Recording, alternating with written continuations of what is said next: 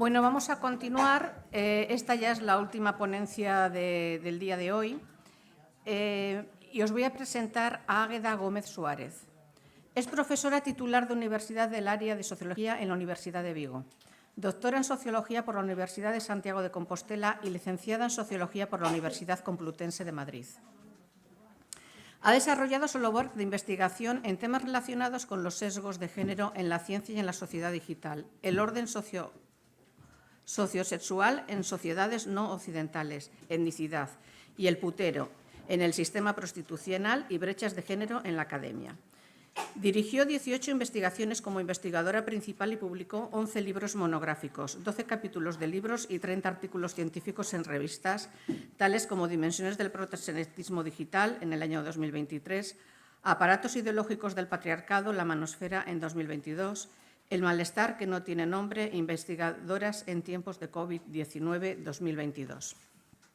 Masculinidades prostitutivas, el relato sexual del putero en contextos patriarcales, 2022. Prostitución y confinamiento, el putero, 2.0, 2021. La pedagogía de la crueldad en el relato putero, 2020.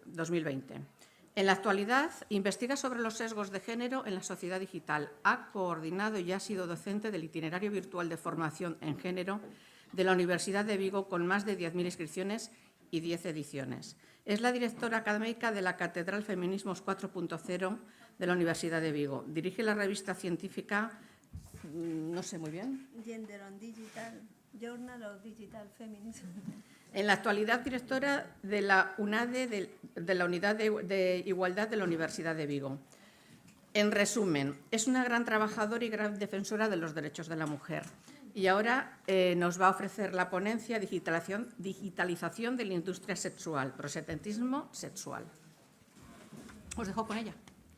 Bueno, pues gracias, Lidia. En primer lugar, yo quisiera agradecer la invitación para participar en estas jornadas tan interesantes por parte del Ayuntamiento de Santander y también felicitar por una iniciativa como esta que se perpetúa en el tiempo. Ya la tercera edición es un triunfo y ojalá que siga así muchos años. Yo voy a continuar un poco haciendo una reflexión en torno al papel un poco de los actores y agentes del espacio digital en el ámbito de la industria sexual o de la industria de la explotación sexual, siguiendo de otra forma, pero bueno, un poco más de forma más general, la ponencia que Laura nos realizó anteriormente sobre OnlyFans de una manera tan exhaustiva y tan interesante. Actualmente todos y todas, ¿no?, estamos en una especie de cibervida, es decir, casi estamos más tiempo conectados a las redes, a Internet, que en la vida, podríamos decir, analógica. Y esta tecnología escópica, es decir, que busca que estemos cuanto más tiempo mejor utilizando la red, es decir, que nuestra mirada esté ahí colgada. Esta plataformización de la economía de la que nos habló antes Laura, pues analizando un poco cómo funciona OnlyFans como una plataforma, ¿no?, que se exime de cualquier responsabilidad porque ellos únicamente facilitan contenidos, igual que Airbnb, igual que otras similares, y también el extractivismo de datos, porque también es parte de la gran riqueza que tienen las grandes tecnológicas. Están promoviendo la mercantilización de las relaciones humanas.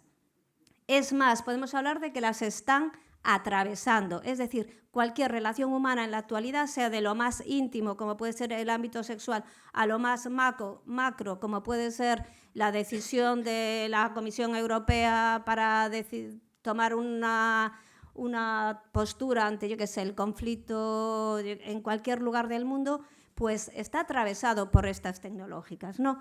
Las grandes tecnológicas, las llamadas GAFAM, Google, Amazon, Facebook, Apple y Microsoft, y las BATs, que son un poco las chinas, ¿no?, Baidu, Alibaba, Tencent, Xiaomi, que no son tan conocidas en el mundo occidental, pero que también son importantes, están en la actualidad programando, ideando y decidiendo cómo va a operar el ciberespacio, y está funcionando a modo de grandes latifundios digitales, ¿no? Parecía que el tiempo de la Edad Media de los grandes propietarios había desaparecido y volvemos a una vuelta, ¿no?, en el ámbito de lo digital. Internet no siempre fue así, hubo momentos anteriores, ¿no?, antes del año 2000, donde había una participación más democrática, más diversa, más heterogénea, ¿no?, de diferentes empresas o iniciativas, pero en la actualidad todo está en manos de estas pocas manos, ¿no? Estos amos, y lo digo en masculino porque en general los propietarios son hombres, son una tecnoaristocracia masculina al servicio de sus intereses, ¿no? Y por eso podemos entender, ¿no?, lo decía también Laura, por qué idean cosas como OnlyFans o las deepfakes, las porno deepfakes, etcétera, y no otras, ¿no? Es decir, que está al servicio de unos intereses concretos de una minoría, porque no todos los hombres, ¿no?, pero siempre son hombres, que son los que están diseñando el espacio digital a su medida para cubrir sus necesidades, sus intereses, etcétera, ¿no? Aunque las personas con acceso a Internet están un 8% más satisfechas con su vida que las que no lo tienen, curiosamente hay una excepción, que son las mujeres entre 15 y 24 años, ¿no? Después de todo lo que nos contó Laura, podemos entender por qué. Y también si analizamos otra serie de datos, ¿no? Esto es una investigación que se publicó muy recientemente en Nature. Las Big Tech optan por una autorregulación y una moderación de contenidos con criterios, podremos decir que muy discutibles o cuestionables, ¿no? Porque permiten, por ejemplo, la proliferación de discursos misóginos, pero, por ejemplo, son muy severos con imágenes de lactancia, manchas menstruales o pezones femeninos. Ahora sí, aparece una niña violada, no hay problema, ¿no? Y estos son los patrones que les dan a las personas que moderan contenidos en estas grandes tecnológicas que antes hablábamos, en las GAFAM. Para abordar un poco qué está ocurriendo en los espacios digitales, pues a veces tenemos que echar mano del corpus teórico feminista. El corpus teórico feminista y la epistemología feminista nos ayuda a analizar, interpretar y entender la realidad, ¿no? Y para ello yo traigo aquí la obra, el trabajo de Kate Millett, que es una filóloga, historiadora, escritora, que en los años 70, dentro del feminismo que podríamos decir que se calificaba como radical, desarrolló una tesis doctoral, su tesis doctoral, ¿no?, para ser doctora, donde analizaba la obra de 3 autores que en aquel momento la estaban, entre comillas, petando, ¿no? Henry Miller, D.H. Lawrence y, ay, Dios mío, el marido de Marilyn Monroe, un director de teatro. Sí, ahora no va a salir, Dios. Bueno, eso. Bueno, que representaban, sobre todo Henry Miller, con Trópico de Cáncer, no sé si lo habéis leído, pues esa libertad sexual, ¿no? Entonces ella, pues desde su mirada crítica feminista, no de la sospecha, dijo, ¿pero libertad para quién? ¿No? Y empezó a analizar qué contenidos tenían estas obras literarias que en ese momento aparecían como referentes progresistas, de apertura, etcétera, ¿no? Y de algún modo nos dio una pauta, un patrón para sospechar de cualquier espacio y considerar que cualquier espacio puede ser analizado y estudiado y no sé, como decodificado en clave de género, ¿no? Igual hizo Mónica Lario Gavilán, que creo que es una experta que estuvo en jornadas anteriores, con la pornografía, en un libro excepcional y un referente buenísimo que tenemos la suerte, ¿no?, de que se haya producido en nuestro país. Y es un poco lo que yo pretendo hacer de un modo muy aún aproximado, es cierto, que es analizar la política sexual de las grandes tecnológicas. ¿Hay política sexual? ¿Hay una intencionalidad sexual? ¿Están marcando un orden sociosexual concreto o no? ¿O es el producto, lo que ocurre en el ámbito digital, de la suma de las voluntades, de las interacciones libres de múltiples personas y no hay una intencionalidad, ¿no? Millet afirmaba que la violencia contra las mujeres y la dominación masculina es de carácter estructural, visible en la violencia sexual y también en la pornografía. Las mujeres se muestran siempre como sujetos pasivos, dóciles, dependientes y sumisos que demandan hombres activos, inteligentes, fuertes y proveedores económicos. Esto lo escribió Millet. Si lo pasamos al sugar dating o a OnlyFans, encaja perfectamente. Pero si lo pasamos a cualquier ámbito de las redes sociales más fundamentadas, principales, suele reproducirse esta lógica, ¿no?, dicotómica. Por eso yo hablo de una política sexual de las grandes tecnológicas que se caracteriza por el sexismo en sus contenidos, lo vamos a ver después con datos, la violencia contra las mujeres, hay violencia digital, sí, pero las más afectadas son mujeres en un tanto por ciento abrumador, y por la monetización de la misoginia, que es un poco lo que hace OnlyFans, ¿no? Vamos a ver estos datos. Violencia digital misógina. Bien, el 60% de las niñas y jóvenes en todo el mundo ha sido víctima de ciberacoso y el 80% de las jóvenes españolas entre 16 y 24 años han sufrido acoso cibernético. Estos son datos del Instituto Europeo y del Instituto de las Mujeres. Ahora se entiende por qué las mujeres son de esos usuarios de Internet o usuarias de Internet que no están tan satisfechas con su participación en la web, ¿no? Por otro lado, si analizamos los contenidos que aparecen, hay una subrepresentación femenina, que eso en páginas como Wikipedia, que ahora actúa como nuestra enciclopedia, ¿no?, de acceso, existe, por un lado, y también hay contenidos que son muy sexistas, ¿no? Las mujeres representan solo el 29% de los cargos en investigación y desarrollo científico en el mundo y son el 22% de las profesionales en inteligencia artificial. Ya esta infrarrepresentación, que lo vemos después en las universidades con esta segregación horizontal, donde la mayoría del alumnado de las ingenierías es masculino y la mayoría del alumnado de los grados de Ciencias Sociales y Humanidades es femenino, podemos ver que se va reproduciendo año tras año, aunque existan iniciativas desde todas las universidades y sobre todo en torno al 11 de febrero para revertir estas tendencias, ¿no? Y por otro lado, hay un sexismo también en los contenidos de Internet. Hay un estudio que se publicó este año, ¿no?, publicado en Nature del equipo de Givelnaut y también otro de la UNESCO, donde analizando las imágenes que aparecían en los buscadores de Internet principales, siempre se asignaba a los hombres, por ejemplo, en el ámbito laboral, trabajos de prestigio y a las mujeres a roles estereotipados de prostituta, sirvienta, doméstica, cocinera, etc. Y también en todos los contenidos en general de imágenes y también de contenidos de buscadores. Otro dato interesante es que los cuerpos desnudos en la web son un 97% femeninos y el 99% de las víctimas de los vídeos pornográficos fake son mujeres, y eso que la inteligencia artificial generativa pues lleva con nosotros de forma masiva un año o dos aproximadamente, y ya empieza a haber esta segregación, ¿no?, por sexo de quiénes son las que aparecen como objetos, ¿no?, en la web y quiénes son los que acceden a esos objetos. Estos datos, si queréis después os podría pasar la bibliografía para contrastarlo, ¿no?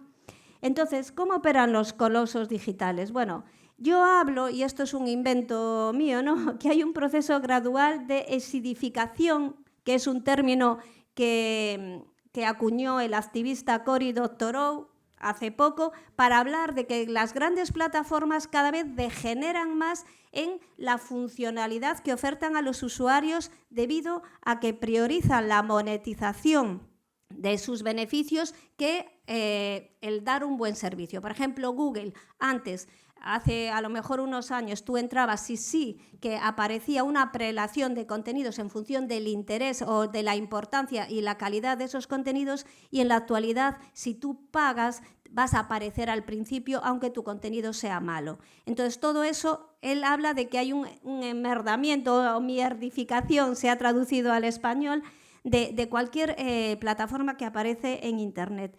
Podemos hablar, y yo eso, claro, utilizando este concepto y esta idea de Doctorow, la traslado al ámbito un poco de las políticas sexuales y podemos hablar que también hay una mierdificación de la misoginia en el ámbito digital. Cada vez hay más misoginia, ¿no?, en todas esas plataformas, en todos esos contenidos.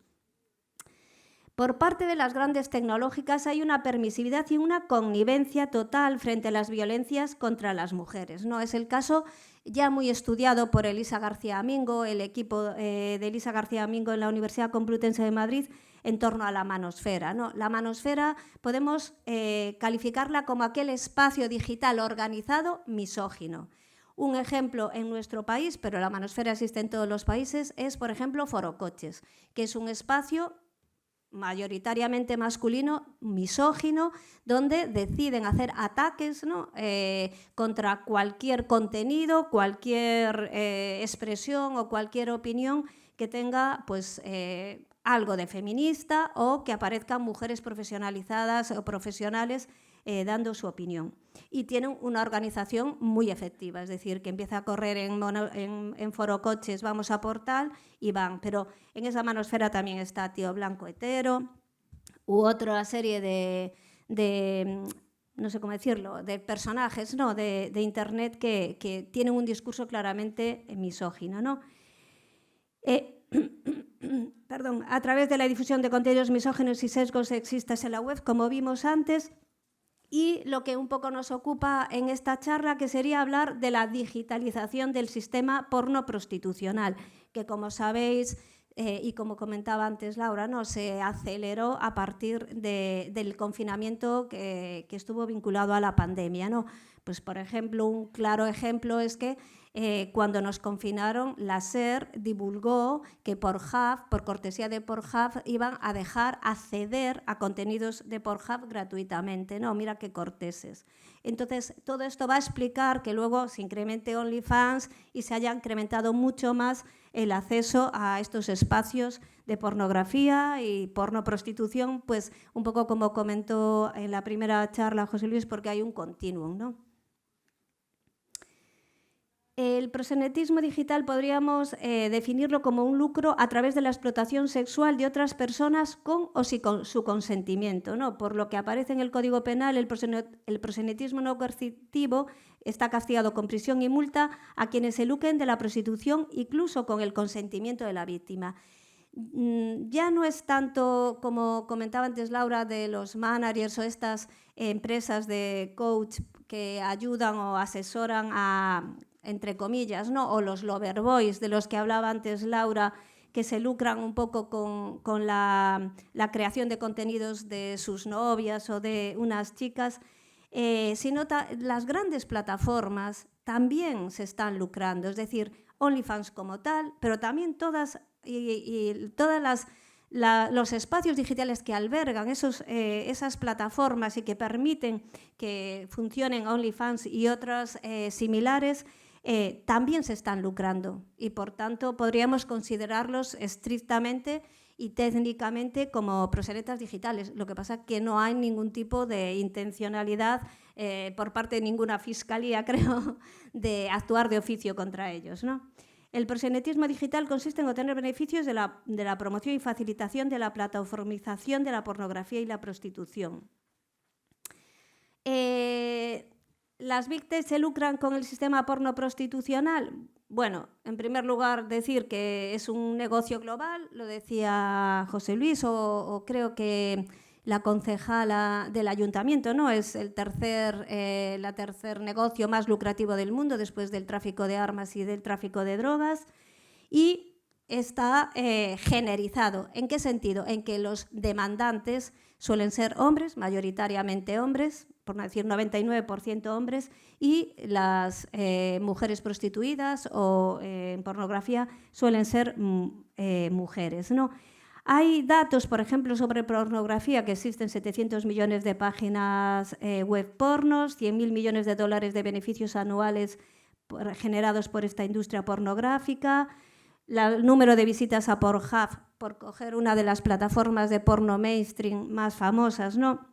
Son amplísimas, pese a las denuncias de explotación sexual. Salió en el New York Times y, bueno, a partir de ahí sí que retiraron algunos contenidos en que aparecía como porno amateur de niños y niñas y no consentido, pero hasta ahí no había ningún problema.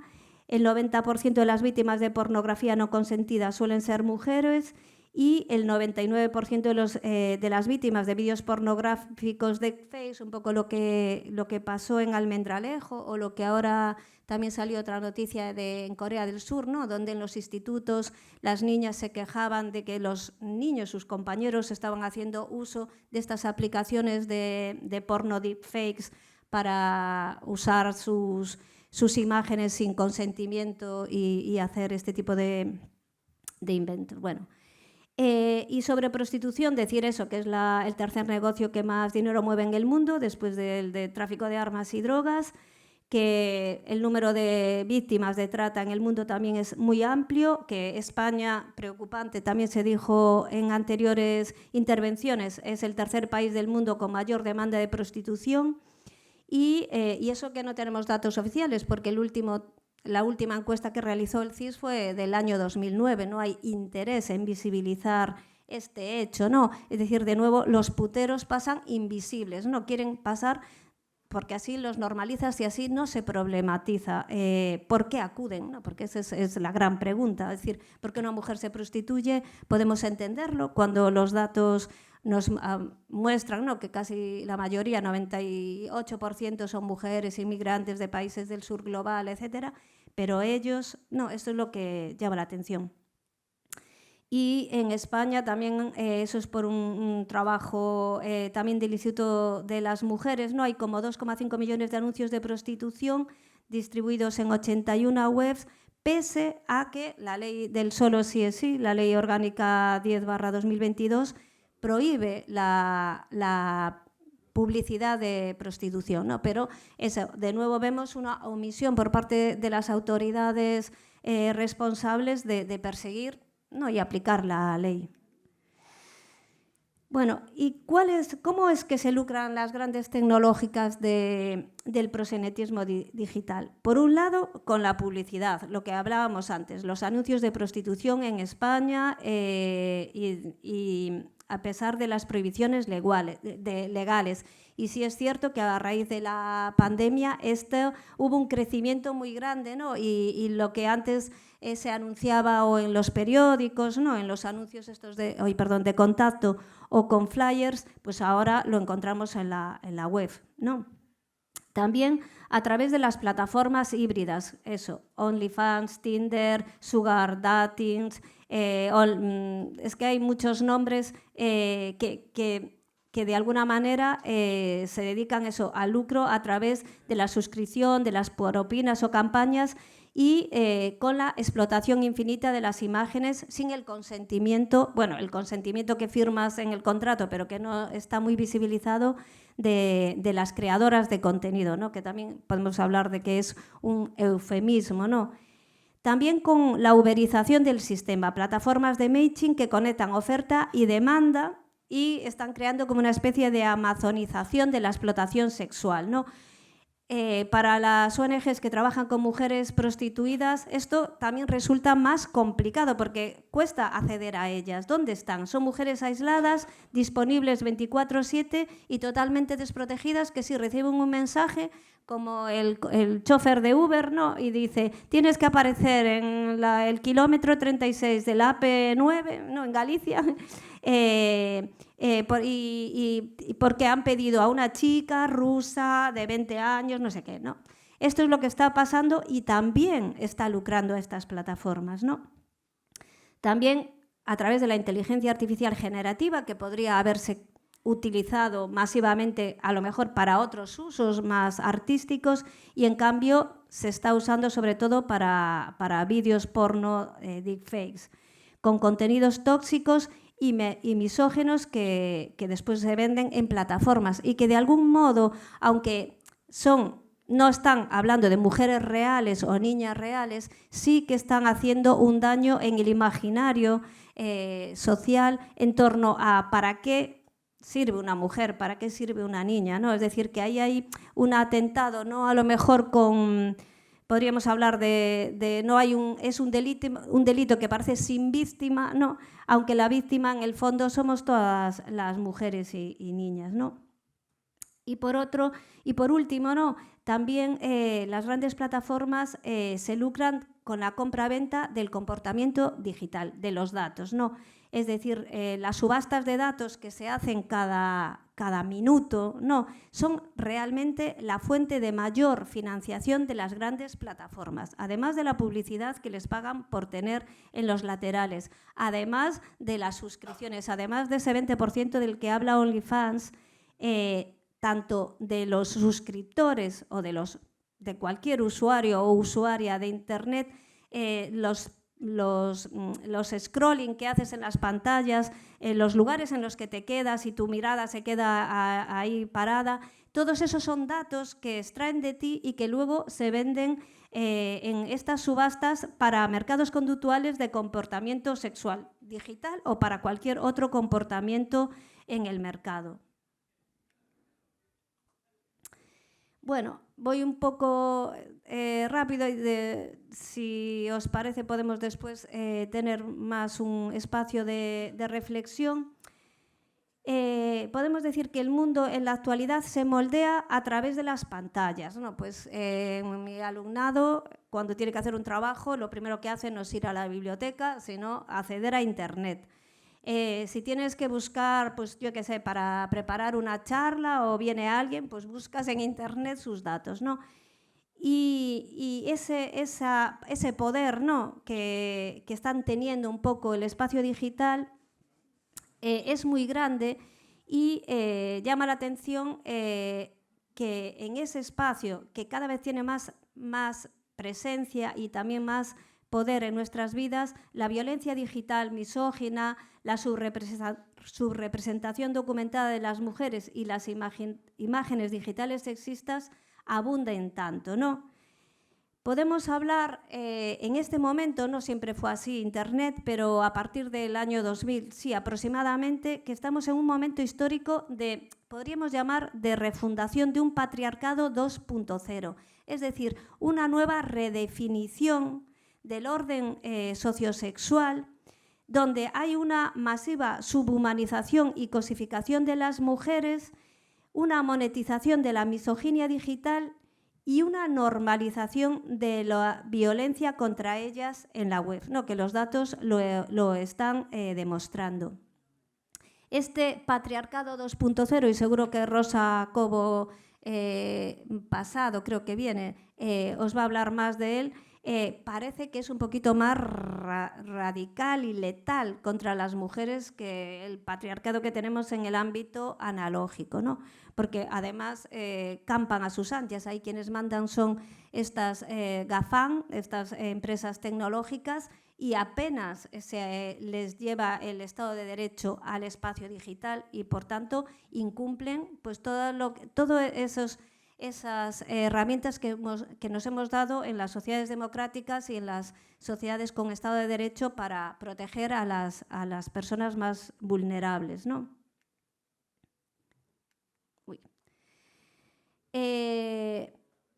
Lo que observamos en Internet es una tendencia a que ellas sean las que recrean imágenes cosificantes y pasivas para la mirada escópica masculina, sujetos masculinos que miran objetos femeninos. De nuevo, estamos ante lo que Amelia Valcárcel denomina la ley del agrado, y lo que decía Rousseau, ¿no? Es decir, si pensamos en los grandes filósofos, es decir, las mujeres estamos aquí para complacerlos a ellos. Y nuestro rol en Internet es, sobre todo, para recrear, para agradar, para gustar a esa mirada masculina, pues quizás heterosexual, blanca, etcétera, ¿no? Y es cuando te metes en ese papel de alguna manera, es cuando no recibes esa violencia digital machista. Ahora, si tú quieres participar en el espacio digital con tus ideas feministas o como profesional, pues yo en mi caso socióloga, etcétera, suele recibir bastantes ataques. Ahora bien, si tú te creas un contenido, un perfil en OnlyFans y subes contenidos de tu cuerpo, pues seguramente más bien me va a aplaudir, ¿no?, ese mundo, ¿no? Las redes sociales promueven mandatos sexistas que hipersexualizan y mercantilizan el cuerpo femenino como un capital sexual. Este término lo acuñó Catherine Hacking en el año 2010-2011, que fue cuando salió su libro Capital Sexual, y realmente podemos hablar de un punto de inflexión claro en este nuevo patriarcado 2.0, ¿no? Catherine Hacking, cuando sacó su libro, que es una académica de la London School of Economics, tuvo una difusión y divulgación extrema de sus postulados, ¿no?, en las televisiones norteamericanas, en las televisiones de Gran Bretaña, ¿no? ¿Por qué? Porque el mensaje que estaba mandando es: chicas, si queréis empoderados, si queréis sacar dinero, pues explotaros sexualmente. Tenemos ese capital sexual debido al déficit sexual masculino que como que naturaliza y fisiologiza la necesidad sexual de los hombres. Aquí yo querría comentar que Mabel Lozano, que también estuvo por acá, junto con unas académicas de la Universidad de Vigo, María Lameiras y Yolanda Rodríguez, sacaron un pequeño vídeo que está en redes que habla sobre el clítoris, porque el clítoris tiene muchas más terminaciones nerviosas que el pene, por tanto la capacidad sexual esa que se supone de los hombres que son irrefrenables, pues realmente la tiene fisiológicamente el cuerpo femenino, ¿no? Un órgano, el clítoris, únicamente para el placer, no tiene otra función. Y en cambio pareciera que son ellos, ¿no?, en este orden sociosexual y en este imaginario, que son ellos los que tienen esa necesidad irrefrenable, y por tanto a las mujeres se nos ofrece, como dice Hacking, pues utilizar nuestro capital sexual y sacar ventaja de ese déficit que tienen ellos, ¿no? Y como decía antes, ¿no?, las mujeres deben agradar y los hombres ser agradados. Y esta parece ser que es la lógica que atraviesa todo el espacio digital y la creación de contenidos en el ámbito digital. Aquí puse a Hacking, tendría que haber puesto también a Amelia Valcárcel.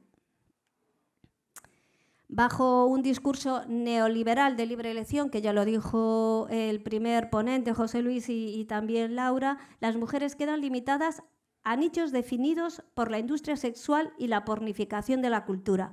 Y digo nichos para, no sé, que nos venga a la cabeza un nicho, ¿no?, donde se mete un cuerpo, bueno, un cadáver o eso. Porque es un estrecho espacio que nos están permitiendo en el ámbito digital a las mujeres ser. Es decir, o bien estás como objeto sexual, o bien te va a caer pues la manosfera encima criticando lo que has hecho, aunque no sea con un discurso feminista, solo por el hecho de ser mujer y destacar y tener un perfil público, ¿no? De ahí que muchas políticas se hayan retirado de las redes sociales porque es insoportable el acoso que reciben, igual las periodistas, igual las artistas. Tenemos el caso de Paula Bonet en Cataluña, tenemos otros casos que han sido muy llamativos, Yolanda Domínguez, ¿no?, la publicista, que se han tenido que retirar, y ya no digamos desde el activismo feminista digital, ¿no?, como las Towanda Rebel o otras organizaciones, otras mujeres feministas que debido a los ataques, o la propia Mónica Lario, lo decíamos antes, por haber salido en un telediario 30 segundos, le cayó un acoso insoportable porque estaba diciendo, bueno, una verdad, entre comillas, científica, la que extrajo de su tesis doctoral, ¿no?, en sus políticas sexuales, y después de haber analizado horas y horas de porno mainstream, ¿no? Entonces, pareciera que únicamente te dejan estar y ser así. De otras formas vas a ser castigada, ¿no? Si vamos al ámbito de los videojuegos, lo sabemos, muchas gamers ocultan su condición femenina de mujer, porque si son mujeres tienen que escuchar cosas como denuncia Blisi de que te digan a fregar, tú no vales, que no sé qué y que no sé cuánto, ¿no? Entonces, al final tienes que ocultar tu identidad. Igual trabajar en Twitch, es decir, solo el 6% de los líderes o de los creadores, y no sé cómo se llamarían, influencers, de Twitch, son mujeres. ¿Por qué? Porque una mujer en Twitch recibe también un acoso y un derribo, no tanto por lo que dice, sino por su apariencia, por ser mujer, etcétera, etcétera, que resulta insoportable y al final acaban decidiendo cerrar las cuentas o sus perfiles, ¿no? El hábitat digital se ha convertido en un espacio donde la opción preferente para las mujeres es, lo que decíamos antes, ese estrecho nicho que nos deja la industria de la explotación sexual, y las corporaciones digitales se lucran a costa de la explotación sexual de mujeres y niñas, lo que los convierte en actualmente invisibles proxenetas digitales. Este tipo de exposiciones públicas de algún modo sirve y es como una invitación a reflexionar todas y todos sobre cuán proxenetas son, cuánta responsabilidad tienen y cómo debemos actuar como sociedad civil para enfrentarnos a esto que está ocurriendo, ¿no? Y que dejen de ser invisibles y sean visibles, y a partir de ahí podamos reflexionar como sociedad en qué se debe hacer, ¿no? Y ahora ya para acabar, ¿no? Urge disputar el mundo a los amos, ¿no? A los amos de las Big Tech, a los Elon Musk, Zuckerberg, etcétera, a fin de socavar los cimientos de este andamiaje patriarcal y la ubicuidad de la misoginia digital, creando un nuevo ecosistema digital público, igualitario, accesible y libre de violencias machistas. Es fundamental imaginar nuevas formas de existencia digital más justas e igualitarias. ¿Por qué es posible? Porque aunque son empresas privadas y por eso pareciera que tienen la legitimidad para hacer lo que quieren, esas empresas privadas, y eso lo explica muy bien la economista Mariana Mazzucato, fueron producto de mucha inversión pública. Cuando vieron, no en el imaginario tenemos a 4 chicos en Silicon Valley con unas sudaderas de capucha metidos en los garajes y teniendo ideas brillantes. Si leéis el libro que se acaba de publicar de Marta G. Franco, que se llama Las redes son nuestras, ella habla de esa cronología, esa genealogía del Internet, y fue un producto. Sí es cierto que ciertas cosas aparecieron en el contexto de la Guerra Fría, otras aparecieron en el CERN, ¿no? Las 3 W, aparecen en ese contexto como descubrimiento, y a partir de ahí muchas, por ejemplo, trabajar en redes, esta especie de poder pasar de una red a otra, fue producto de respuestas que, por ejemplo, en institutos de Estados Unidos con pocos recursos tecnológicos se idearon para poder comunicarse y optimizar las tecnologías. También hubo mucha inversión pública, y eso lo demuestra esta economista. Por tanto, no es que sean productos hechos a sí mismos, ¿no? Que Zuckerberg tuvo una idea en Harvard y lo sacó adelante, sino que viene y se aprovechó de algún modo de la inversión pública que hubo anteriormente, ¿no? Y por ello creo que tenemos la legitimidad para regular, ¿no? Su comportamiento y su negocio, ¿no? Por todo ello es necesario promover desde los lugares de la responsabilidad pública y también desde la sociedad civil, ¿no? Una gobernanza algorítmica más democrática para construir nuevos ecosistemas de convivencia digital justa e igualitaria. Y en este sentido creo, ¿no?, que se podría incluso imaginar un mundo donde la parte, ¿no?, del espacio digital se pudiese expropiar, porque al final está siendo un bien público, ¿no?, de primera necesidad. Y también, por otro lado, que usuarias y usuarias tenemos una herramienta importante, ¿no?, que se me ocurre, que sería una huelga de usuarios y usuarias de las redes sociales, y quizás a través de grandes apagones, ¿no?, digitales, pues empezar a presionar a las personas responsables, ¿no?, a las autoridades políticas para que negocien, ¿no?, con estas grandes tecnológicas y no se permita pues que lleguen a esos niveles no tan tóxicos para las mujeres, ¿no?, y para las niñas de misoginia tan terrible como está, entre comillas, campando, ¿no?, a sus anchas en la actualidad. Y bueno, sé que estos postulados y estas ideas que he vertido son un poco así, a lo mejor controvertidas, pero es una manera también de invitaros a reflexionar entre todas y todas, de ver hasta qué punto, o si es cuestionable o no, lo que yo aquí estoy planteando. Y nada más, hasta aquí sería la charla.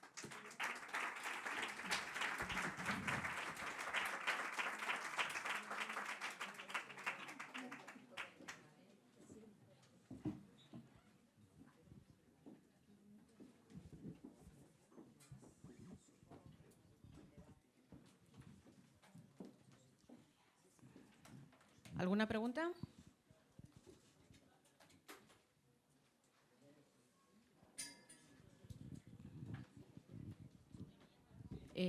Buenos días. Al final me he quedado a esta última charla. Bueno, una cosa que se me acaba de ocurrir al hilo de lo último que has comentado, ¿no?, que estamos legitimados para regularles, evidentemente. No solo es cosa de las familias, de los usuarios y usuarias, es que es el poder de la empresa. En fin, y podemos regularles y podemos... a mí se me estaba ocurriendo estas típicas películas americanas donde se junta gente muy pobre a luchar en contra de las empresas de las tabaqueras, de las químicas. Algo así tendríamos que hacer porque como muchas veces la normativa no les frena, pues una demanda de estas multitudinaria que hay veces que es lo único que para, ¿no?, a la industria, porque tienen mecanismos y todos sabemos que la cuestión técnica es muy fácil. El otro día en unas charlas de la ingeniería informática que comenté, que nos había dado unas pautas, una chica jovencísima, ella envió una foto para una ponencia y quisieron, pues, la gente bueno, donde iba a dar la ponencia, pues retocar un poco esa foto y demás, y la inteligencia artificial lo primero que hizo fue desabrocharle más los botones de la camisa. No puede ser que sigamos, como tú has dicho, ¿no?, con esa gobernanza algorítmica y que al final nos desabrochen a todas porque quedamos más monas, ¿no?, para una foto. No puede ser. Eso se tiene que limitar y eso creo que tenemos mecanismos y no solamente culparnos a nosotras, ¿no?, como víctimas. Es que no tenías que haberte subido la imagen, es que no tenías que... No. Tú que eres de la empresa tienes los mecanismos y tienes que hacerlo. Y si no lo haces, pues una demanda. No sé, es lo único que se me ocurre así a bote pronto por intentar luchar contra ellos, ¿no? Gracias. Bueno, pues gracias sí, por tus comentarios. Sí, yo creo que a lo mejor aún no tenemos conciencia como de ciudadanía digital, pero en el fondo ya somos ciudadanos y ciudadanas digitales y entonces todo lo que en el Estado de Derecho nos hemos podido otorgar para limitar y preservar ciertos derechos fundamentales, creo que ahora se deberían trasladar al espacio digital. En Estados Unidos sí es cierto que hubo una demanda masiva a Facebook por el daño que estaba haciendo a las adolescentes a través de Instagram, ¿no?, en el incremento de suicidios, en los problemas de trastornos alimentarios y etcétera.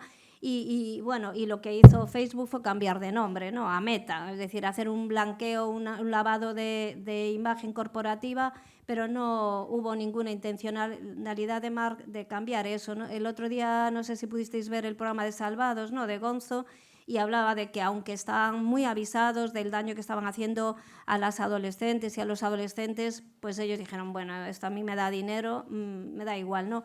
Y aunque tuvo que ir al Congreso en Estados Unidos, Zuckerberg, a explicar lo que había pasado, pues realmente las sanciones fueron ridículas, ¿no?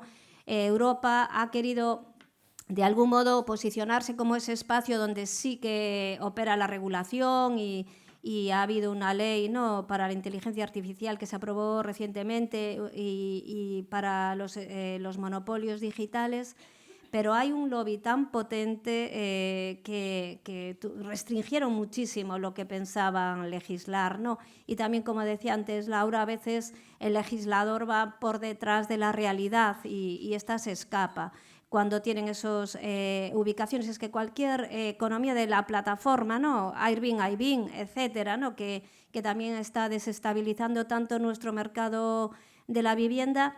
Claro, tú dices, pero aquí, ¿quién es mi interlocutor? ¿Dónde está? Pues está en otro país, no tiene una tal. Ellos no hacen nada, únicamente ofertan un espacio para que la gente, como a BlaBlaCar en su momento, ¿no? Es decir, tú ofreces tu coche y otro pues pide, demanda un trayecto. Entonces, de alguna manera, es como un sistema que diluye las responsabilidades, ¿no? Y ahí es donde, como, no sé, como sociedad debemos, y también todo el Estado de Derecho debe responder e intentar empezar a regular esa nueva economía, ¿no? Esa nueva economía que se está librando de cualquier tipo de control o de regulación o sanción, ¿no?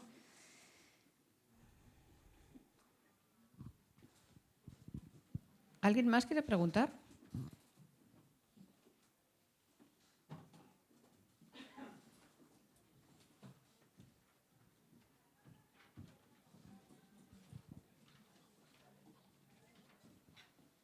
¿Nadie más anima?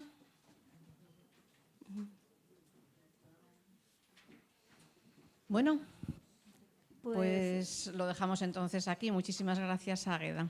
Nada.